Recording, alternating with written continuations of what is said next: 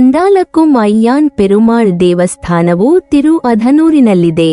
ಇಂದು ನಾವು ಈ ದೇವಾಲಯದ ಇತಿಹಾಸದ ಬಗ್ಗೆ ತಿಳಿದುಕೊಳ್ಳೋಣ. ಈ ದೇವಸ್ಥಾನದ ಸ್ಥಳ ಪುರಾಣದ ಬಗ್ಗೆ ನೋಡುವುದಾದರೆ, ಭೃಗು ಮಹರ್ಷಿಗಳು ಕ್ಷೀರಸಾಗರದಲ್ಲಿ ವಿಷ್ಣುವಿನ ದರ್ಶನ ಪಡೆದಾಗ ಲಕ್ಷ್ಮೀ ದೇವಿಯು ಅವರಿಗೆ ಒಂದು ಹಾರವನ್ನು ಉಡುಗೊರೆಯಾಗಿ ನೀಡಿದರು. ಭೃಗುವು ಆ ಮಾಲೆಯನ್ನು ಇಂದ್ರನಿಗೆ ಕೊಟ್ಟನು. ಇಂದ್ರನು ಆ ಮಾಲೆಯನ್ನು ತನ್ನ ಆನೆಯ ಮೇಲೆ ಇಟ್ಟನು. ಆದರೆ ಅದು ಅದನ್ನು ತುಳಿದು ಹಾಕಿತು.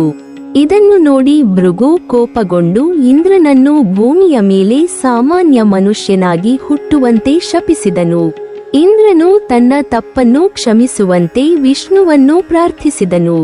ಆಗ ಮಹಾಲಕ್ಷ್ಮಿ ಭೃಗು ಮಹರ್ಷಿಯ ಮಗಳಾಗಿ ಭೂಮಿಯಲ್ಲಿ ಪುನರ್ಜನ್ಮ ಪಡೆದು ಶಿವನನ್ನು ವಿವಾಹವಾದಾಗ ಶಾಪ ನಿವಾರಣೆಯಾಗುತ್ತದೆ ಎಂದಳು. ಅದರಂತೆ ಮಹಾಲಕ್ಷ್ಮಿ ಭೃಗುವಿನ ಮಗಳಾಗಿ ಜನಿಸಿದಳು. ಪೆರುಮಾಳ್ ಅವಳನ್ನು ಈ ದೇವಾಲಯದಲ್ಲಿ ಮದುವೆಯಾದನು. ಇಲ್ಲಿಗೆ ಬಂದ ಭಗವಾನ್ ಇಂದ್ರನು ಪೆರುಮಾಳ್ ಮತ್ತು ಲಕ್ಷ್ಮೀ ದೇವಿಯನ್ನು ಪೂಜಿಸಿದನು. ವಿಷ್ಣು ಅವನಿಗೆ ಪುರೋಹಿತನ ರೂಪದಲ್ಲಿ ಕಾಣಿಸಿಕೊಂಡು ಶಾಪದಿಂದ ಮುಕ್ತನಾದನು.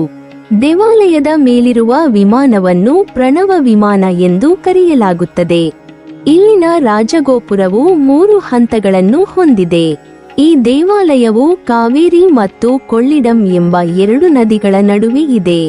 ಕಾಮಧೇನು ವಿಷ್ಣುವನ್ನು ಪ್ರಾರ್ಥಿಸಲು ತಪಸ್ಸು ಮಾಡಿದ ಸ್ಥಳವಾದ್ದರಿಂದ ಇದಕ್ಕೆ ಆಧನುರ್ ಎಂದು ಹೆಸರಿಸಲಾಯಿತು. ಗರ್ಭಗುಡಿಯಲ್ಲಿ 7 ಭೂತಕಣಗಳ ನಡುವೆ ಉತ್ತರಕ್ಕೆ ಮುಖ ಮಾಡಿರುವ ವಿಷ್ಣುವಿನ ಪ್ರತಿಮೆ ಇದೆ. ಈ ಪ್ರತಿಮೆ ಹಲವು ವರ್ಷಗಳಿಂದ ಬೆಳೆಯುತ್ತಿದೆ ಎಂದು ಅವರು ಹೇಳುತ್ತಾರೆ. ಇದು 108 ದಿವ್ಯ ದೇಶಗಳಲ್ಲಿ 11ನೇ ದಿವ್ಯ ದೇಶವಾಗಿದ್ದು, ಇದು ಪೆರುಮಾಳ್ ದೇವರ ಆಶೀರ್ವಾದವನ್ನು ಪಡೆದಿದೆ. ಈ ದೇವಾಲಯವನ್ನು ಚೋಳರು ನಿರ್ಮಿಸಿದರು.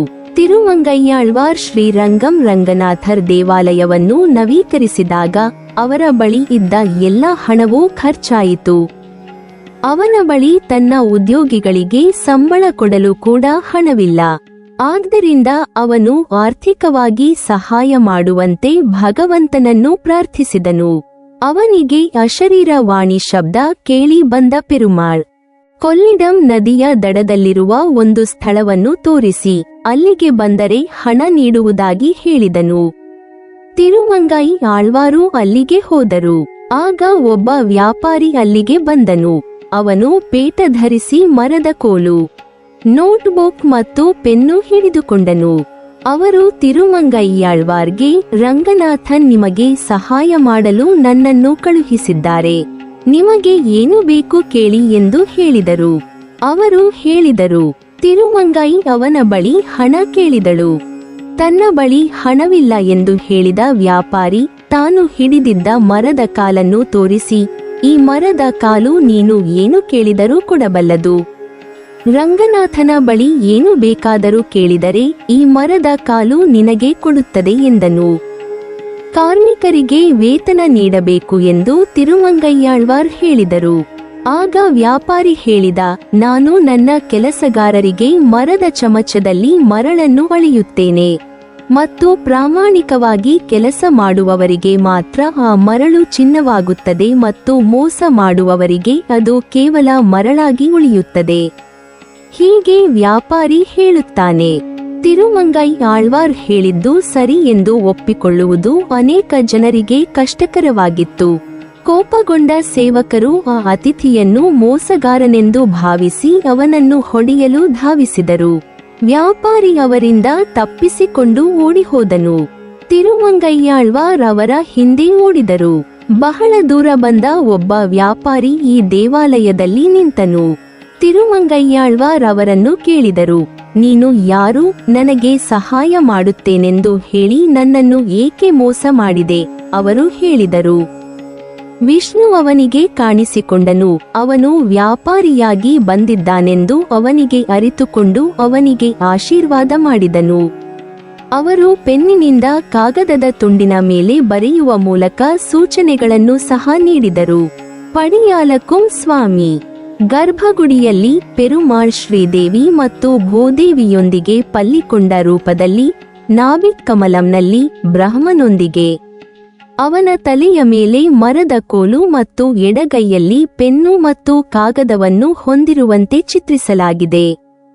ಇದನ್ನು ಜಗತ್ತಿಗೆ ಬೋಧಿಸುವ ಸ್ವಾಮಿಯು ಶಾಂತ ಮತ್ತು ಶಾಂತಿಯುತ ಮನಸ್ಸಿನ ರೂಪದಲ್ಲಿದ್ದಾರೆ ಎಂದು ಸಹ ಹೇಳಲಾಗುತ್ತದೆ. ದೇವಿಯು ಕಾಮಧೇನು ದೇವರ ಪಾದಗಳ ಬಳಿ ಪೂಜಿಸುತ್ತಿದ್ದಾಳೆ. ಶಿವನು ಬ್ರಹ್ಮನ ಒಂದು ತಲೆಯನ್ನು ತೆಗೆದುಕೊಳ್ಳಲು ಪ್ರಯತ್ನಿಸಿದಾಗ ಆ ತಲೆ ಅವನ ಕೈಗೆ ಅಂಟಿಕೊಂಡಿತು.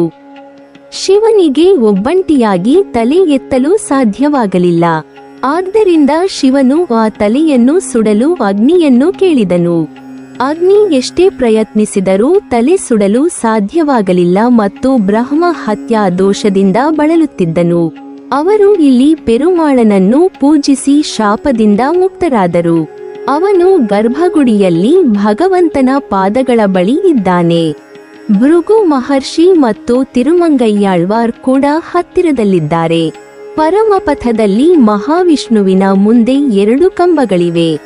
ಜೀವಿಗಳು ಮೇಲೇರುತ್ತಿದ್ದಂತೆ ಈ ಸ್ತಂಭಗಳನ್ನು ಒಪ್ಪಿಕೊಂಡರೆ ಅವರು ಪಾಪಗಳಿಂದ ಮುಕ್ತರಾಗುತ್ತಾರೆ ಮತ್ತು ಮೋಕ್ಷವನ್ನು ಪಡೆಯುತ್ತಾರೆ. ಅದೇ ರೀತಿ ಈ ದೇವಾಲಯದಲ್ಲಿ ಗರ್ಭಗುಡಿಯ ಮುಂಭಾಗದಲ್ಲಿರುವ ಅರ್ಥಮಂಟಪದಲ್ಲಿ ಭಗವಂತನ ಪಾದಗಳು ಮತ್ತು ತಲೆಗೆ ನೇರವಾಗಿ ಎದುರಾಗಿ 2 ಕಂಬಗಳಿವೆ. ಸಮ ಸಂಖ್ಯೆಯಲ್ಲಿ ಪ್ರದಕ್ಷಿಣೆ ಹಾಕಿ ಈ ಕಂಬಗಳನ್ನು ಹಿಡಿದು ಭಗವಂತನ ಮುಖ ಮತ್ತು ಪಾದಗಳನ್ನು ನೋಡಿದರೆ ಮೋಕ್ಷ ಸಿಗುತ್ತದೆ ಮತ್ತು ಅವಿವಾಹಿತರು ಕಂಬಗಳನ್ನು ಅಪ್ಪಿಕೊಂಡು ಪೂಜಿಸಿದರೆ ಶುಭವಾಗುತ್ತದೆ ಎಂದು ನಂಬಲಾಗಿದೆ. ಈ ಸ್ತಂಭಗಳು ಇಲ್ಲಿ ಮತ್ತು ಶ್ರೀರಂಗಂನಲ್ಲಿ ಕಂಡುಬರುತ್ತವೆ. ಇವು 108 ದೈವಿಕ ಸ್ಥಳಗಳಲ್ಲಿ ಸೇರಿವೆ. ಸ್ವಾಮಿಮಲೈ ಬಳಿಯ ತಿರುವಧನೂರು ಪಟ್ಟಣದಲ್ಲಿ ದೇವಸ್ಥಾನ ಹೊಂದಿರುವ ದೇವರು ಕೈಯಲ್ಲಿ ನೋಟ್ಬುಕ್ ಮತ್ತು ಪೆನ್ನು ಹಿಡಿದುಕೊಂಡಿರುವುದು ಕಂಡುಬರುತ್ತದೆ.